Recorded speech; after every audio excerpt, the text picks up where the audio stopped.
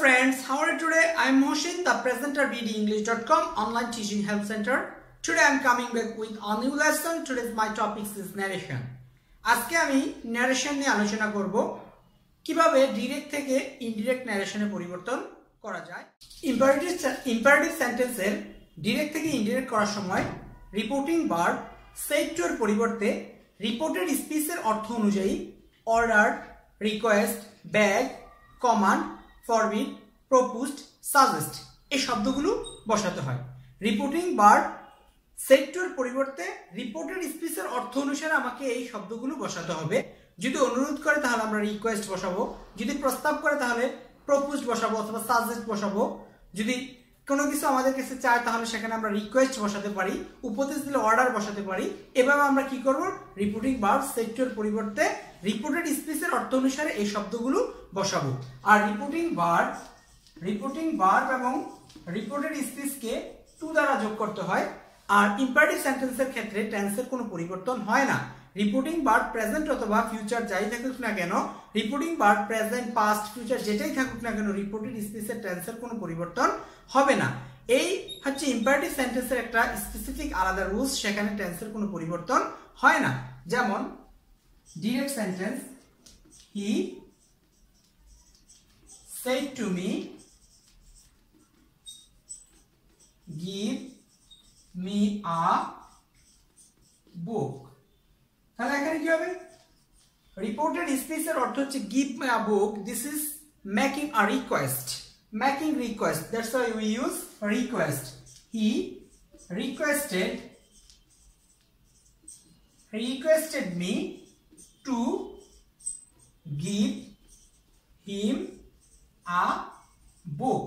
সে আমাকে অনুরোধ করেছিল যে তাকে একটি বই দেওয়ার জন্য। এখানে আমরা শুধু রিপোর্টিং ভার্ব এবং রিপোর্টেড স্পিচকে টু দ্বারা যোগ করেছি, কোনো টেন্সের পরিবর্তন হয়নি। এই ছিল এখানে। যেমন আরেকটা example, direct, he said to me, please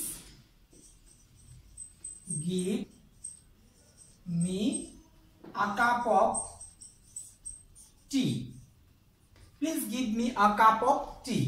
This is also making request. We use requested. Indirect hobe ki, he requested, please give me a cup of tea।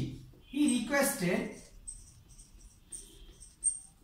me to give him a cup of tea। সে আমাকে অনুরোধ করেছিল যে তাকে এক cup চা দেওয়ার জন্য। যদি এরকম আরেকটা এক্সাম্পল দেই, direct, the teacher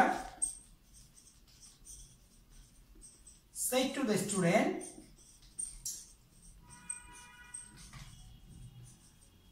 go to the room।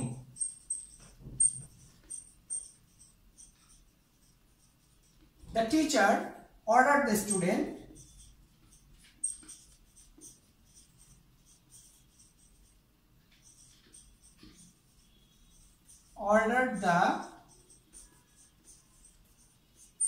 students to go to the room। এই হচ্ছে ইম্পারেটিভ সেন্টেন্সের ডিরেক্ট থেকে ইনডিরেক্ট করার নিয়ম।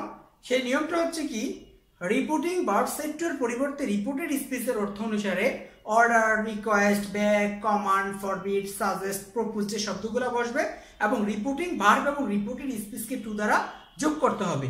কিন্তু ইম্পারেটিভ সেন্টেন্সে লেট অথবা লেটস দ্বারাও শুরু হয়। যখন লেট যুক্ত কোনো ইম্পারেটিভ আমরা সেন্টেন্স পাবো, সেই লেটের পরিবর্তে আবার দ্যাট বসাতে হয়। লেট যুক্ত যে ইম্পারেটিভ সেন্টেন্স, সেটা লেটের পরিবর্তে রিপোর্টিং ভার্ব এবং রিপোর্টেড স্পিচকে কি দ্বারা যোগ করতে হবে, দ্যাট দ্বারা যোগ করতে হবে।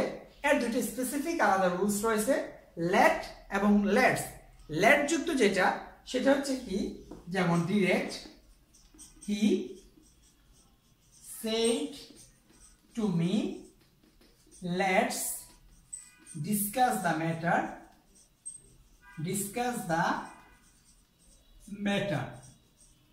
He said to me, let's discuss the matter। এখানে হবে indirect, he proposed me that they should discuss the matter.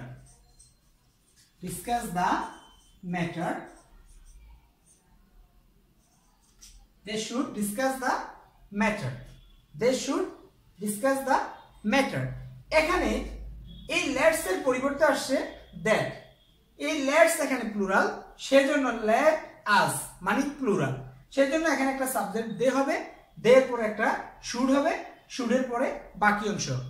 Late he proposed me that they should discuss the matter. যদি অনলি লেট দ্বারা হয়, এই লেট দ্বারা বোঝায় প্রস্তাব, আর যদি অনলি লেট হয় তাহলে সেখানে লেট দ্বারা বোঝায় অনুমতি। যেমন direct, he said to me, let me go there. Let me go there. He said to me, let me go there. Indirect হবে he requested me that he might go there. এর হচ্ছে দুটো specific আলাদা rules. যদি let's হয়, let's এর ক্ষেত্রে লেটের ক্ষেত্রে আসবে দ্যাট, দুইটাকে আমরা রিপোর্টিং ভার্ব এবং রিপোর্টিং স্পিচকে দ্যাট দ্বারা যোগ করব। দ্যাট এর পরে আমরা বসাবো কি দে, একটা প্লুরাল সাবজেক্ট হবে দে, দের পরে হবে শুড, তারপরে বাকি অংশ। আর যদি লেট দ্বারা অনুমতি বোঝায়, অনলি লেট থাকে, লেটস না অনলি লেট থাকে, তাহলে সে লেট দ্বারা বোঝায় অনুমতি। সেই লেটের পরিবর্তে আসবে দ্যাট, রিপোর্টিং ভার্ব এবং রিপোর্টেড স্পিচকে দ্যাট দ্বারা যোগ করব। দ্যাট এর পরে একটা কি আসবে, এই রিপোর্টিং ভার্বের যে